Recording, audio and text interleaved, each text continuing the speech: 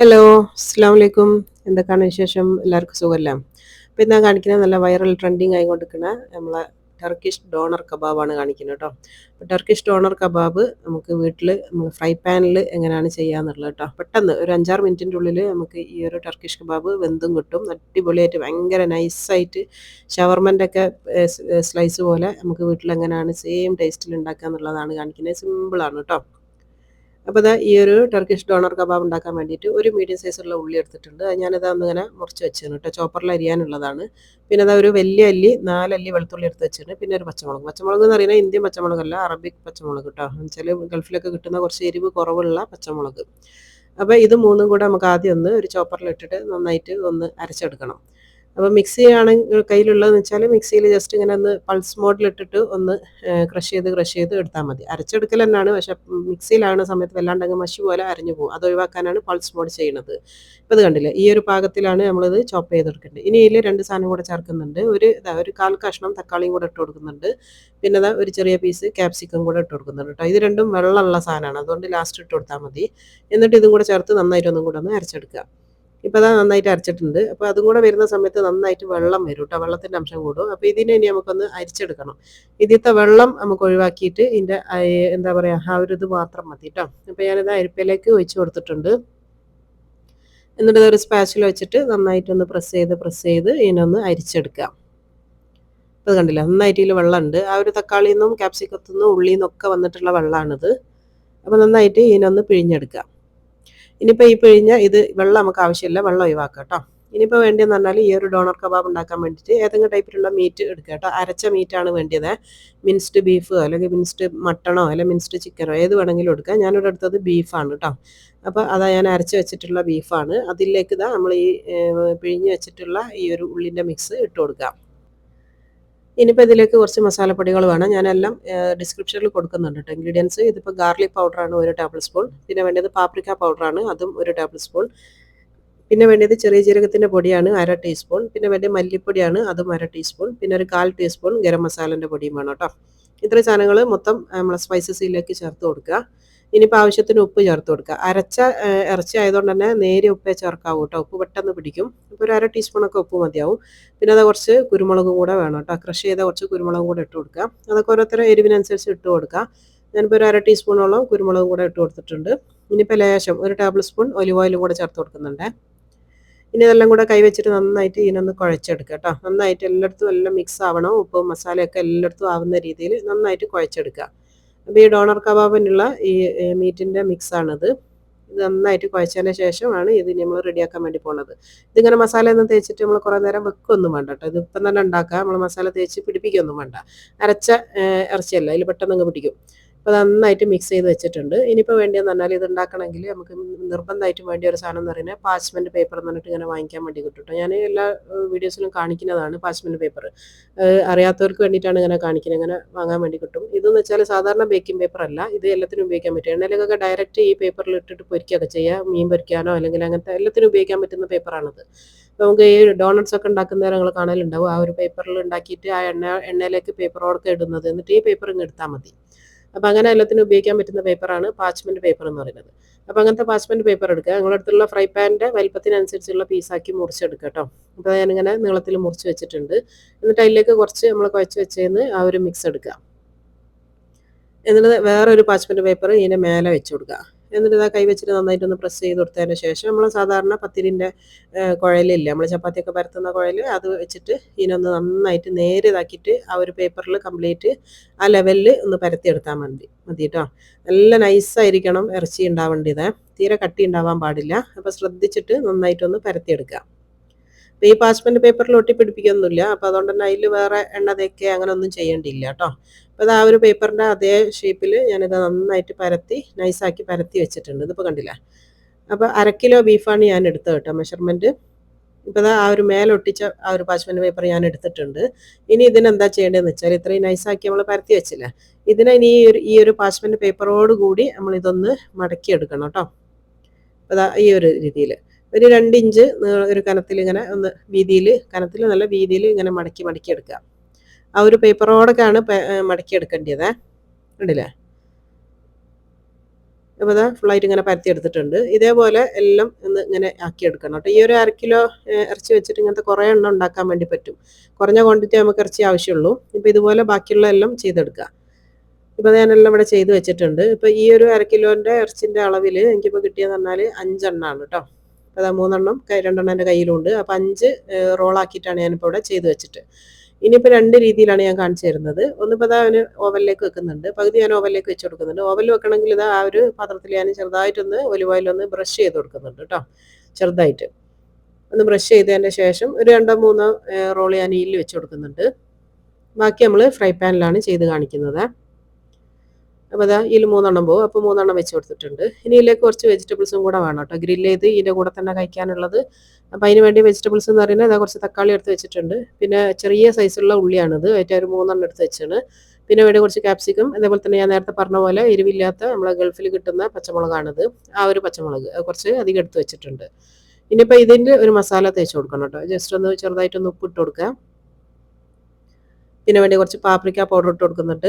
Paprika ഇല്ലയെന്ന് വെച്ചിട്ട് മുളക് പൊടി ഇട്ട് കഴിഞ്ഞാൽ ഇടുന്നതിന് കുഴപ്പമൊന്നുമില്ല, പക്ഷേ ടേസ്റ്റ് മാറും കേട്ടോ. പിന്നെ വേണ്ടി കുറച്ച് ഗാർലിക് പൗഡർ ഇട്ട് കൊടുക്കുന്നുണ്ട്. Garlic powder. ഇനിയിപ്പോൾ കുറച്ച് ഓയിലും കൂടി, ഒലിവ് ഓയിൽ ഒരു ടേബിൾ സ്പൂണൊക്കെ മതിയാവും കേട്ടോ. ഒരു ടേബിൾ സ്പൂൺ വേണമെന്നില്ല, ഒരു ടീസ്പൂണൊക്കെ മതിയാവും. ജസ്റ്റ് ഒന്ന് ചെറുതായിട്ടൊന്ന് ഇങ്ങനെ ഒന്ന് ഡ്രിസിൽ ചെയ്ത് കൊടുത്താൽ മതി. എന്നിട്ട് കൈ വെച്ചിട്ട് ഈ മസാല എല്ലാത്തിലും ഒന്ന് നന്നായിട്ടൊന്ന് തേച്ച് കൊടുക്കുക.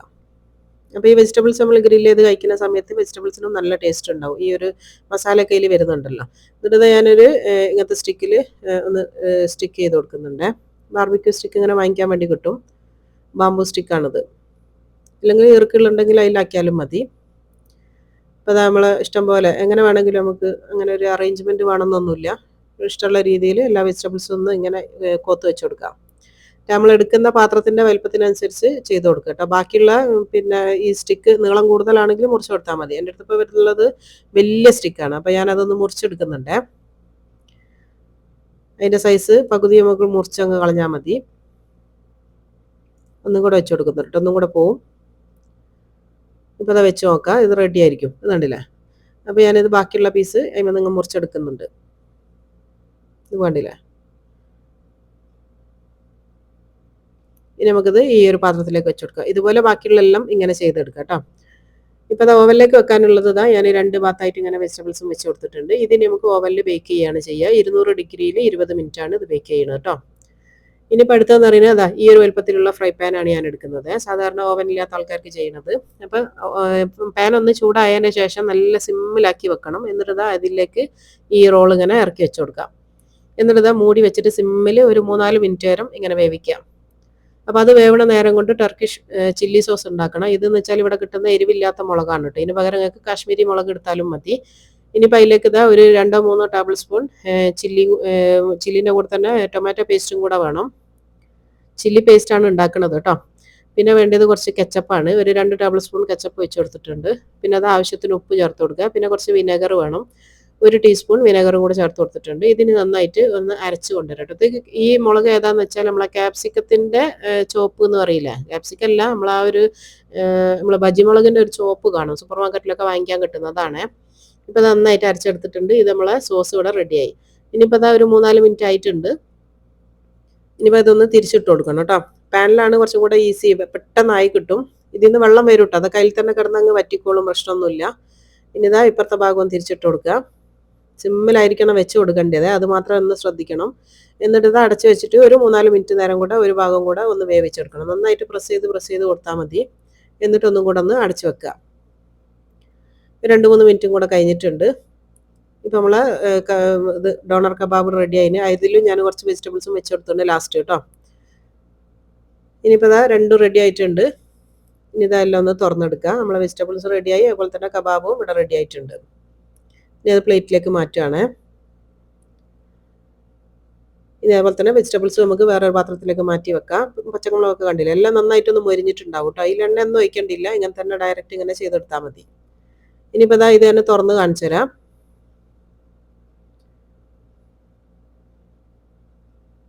തുറക്കുന്ന സമയത്ത് കാണാൻ പറ്റും ഇത് എത്രത്തോളം നൈസായിട്ടാണ് ഇത് ഉള്ളതെന്നുള്ളത് കേട്ടോ. നന്നായിട്ട് വെന്തിട്ടൊക്കെ ഉണ്ടാവും. വേവ് അധികം ആവാനേ ചാൻസ് ഉള്ളൂ, നന്നായിട്ട് വെന്ത് വരും.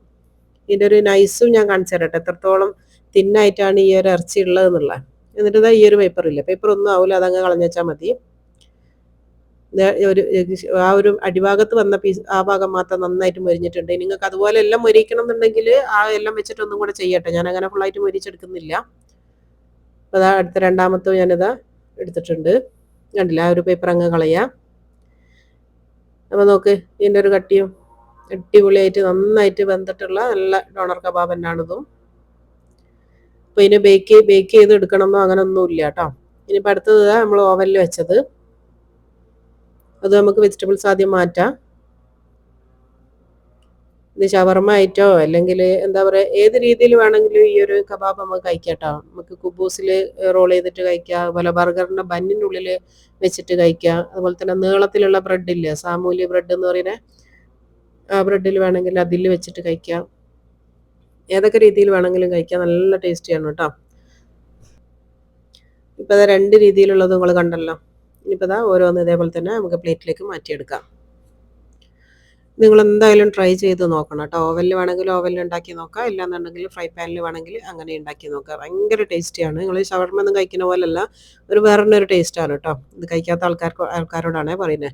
ഇനിയിപ്പോൾ നമ്മൾ ഉണ്ടാക്കി വെച്ചാൽ അതിലേക്ക് ഈ നമ്മൾ ബേക്ക് ചെയ്തപ്പം കിട്ടിയ ആ ഒരു സ്റ്റോക്ക് ഇല്ല ബാക്കി, അത് ഞാൻ ആ ഒരു സോസിലേക്ക് തന്നെ ഒഴിച്ച് കൊടുക്കുന്നുണ്ട്. അത് ഒന്നും കൂടെ ടേസ്റ്റി ആവുകയുള്ളൂ.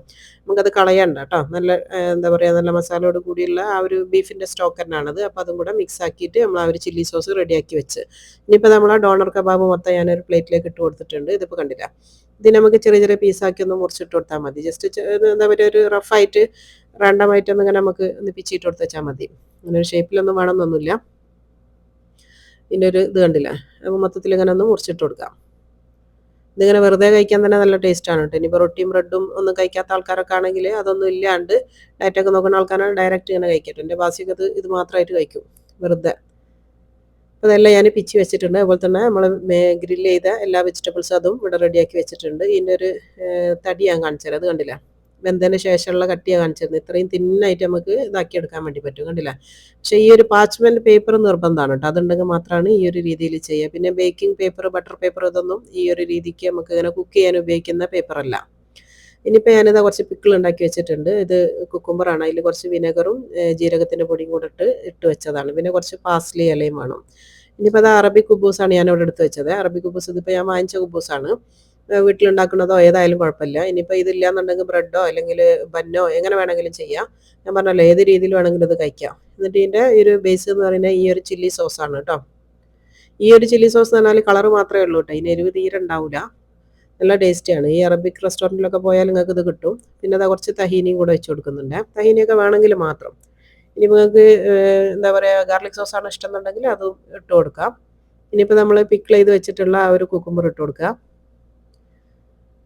ഇനിയിപ്പോൾ അതാ കുറച്ച് പാസ്ലി ഇല കേട്ടോ. പാസ്ലി ഇല ഇല്ലെങ്കിൽ ഇതിട്ട് കൊടുത്താലും മതി, മല്ലിച്ചപ്പ് ഇട്ട് കൊടുത്താലും മതി. ഇത് സുമാക്കാണ് കേട്ടോ, അറബിക് സ്പൈസാണ്, സുമാക്കിൻ്റെ പൗഡർ, അതും ഇട്ട് കൊടുത്തിട്ടുണ്ട്. ഇനിയിപ്പോൾ അതാ നമ്മൾ ആ ഒരു കബാബ് ഇത് എത്ര വേണമെന്ന് വെച്ചാൽ അതിനനുസരിച്ച് നമുക്ക് ഇട്ട് കൊടുക്കാം. ഇപ്പോൾ അത്യാവശ്യം നന്നായിട്ട് തന്നെ വെച്ച് കൊടുത്തിട്ടുണ്ട്. ഇനിയിപ്പോൾ അത് ഗ്രില്ല് ചെയ്ത കുറച്ച് തക്കാളിയും ഉള്ളി, ആ ഉള്ളി ഒന്നിങ്ങനെ ജസ്റ്റ് ഒന്നിങ്ങനെ നെക്കി കൊടുത്താൽ തന്നെ ഇങ്ങനെ വരും കേട്ടോ. നന്നായിട്ട് വെന്തിട്ടുള്ള ഉള്ളി തന്നെയാണത്. ഇനിയിപ്പോൾ അത് 2 പച്ചമുളകും ഇതിൻ്റെ കൂടെ വെച്ച് കൊടുക്കാം. ഈ ഒരു മുളകും അധികം എരിവില്ലാത്ത മുളകാണ് കേട്ടോ, ഒരു നേരിയ മുളക് ഇതിനുള്ളൂ എരിവ്. ഇനിയിപ്പോൾ അതെല്ലാം വെച്ച് കൊടുത്തിട്ടുണ്ട്. കണ്ടല്ലോ, അടിപൊളിയാണ്, നല്ല സൂപ്പർ ടേസ്റ്റിയാണ് കേട്ടോ. ബ്രെഡിലോ ബന്നിലോ എങ്ങനെ വേണമെങ്കിലും കഴിക്കാം. നിങ്ങൾക്ക് ഇത് ഇങ്ങനെ തന്നെ അത് റോൾ ചെയ്ത് കഴിക്കണമെങ്കിൽ ഇങ്ങനെയും കഴിക്കാം. നല്ല ടേസ്റ്റി ആയിട്ടുള്ള അടിപൊളി കബാബാണിത്. നമ്മൾ എണ്ണയിൽ പൊരിച്ചെടുക്കുക ഒന്നും ചെയ്യുന്നില്ല, എണ്ണയൊക്കെ കുറവാണ്. അപ്പോൾ എല്ലാവരും ട്രൈ ചെയ്തിട്ട് നിങ്ങളെ ഫീഡ്ബാക്ക് അറിയിക്കാനൊന്നും മറന്നു പോകരുത്. അപ്പോൾ ഇൻഷാ അല്ലാഹ് അടുത്ത നല്ലൊരു വെറൈറ്റി റെസിപ്പി ആയിട്ട് അടുത്തതിൽ കാണാം. അസ്സലാമു അലൈക്കും.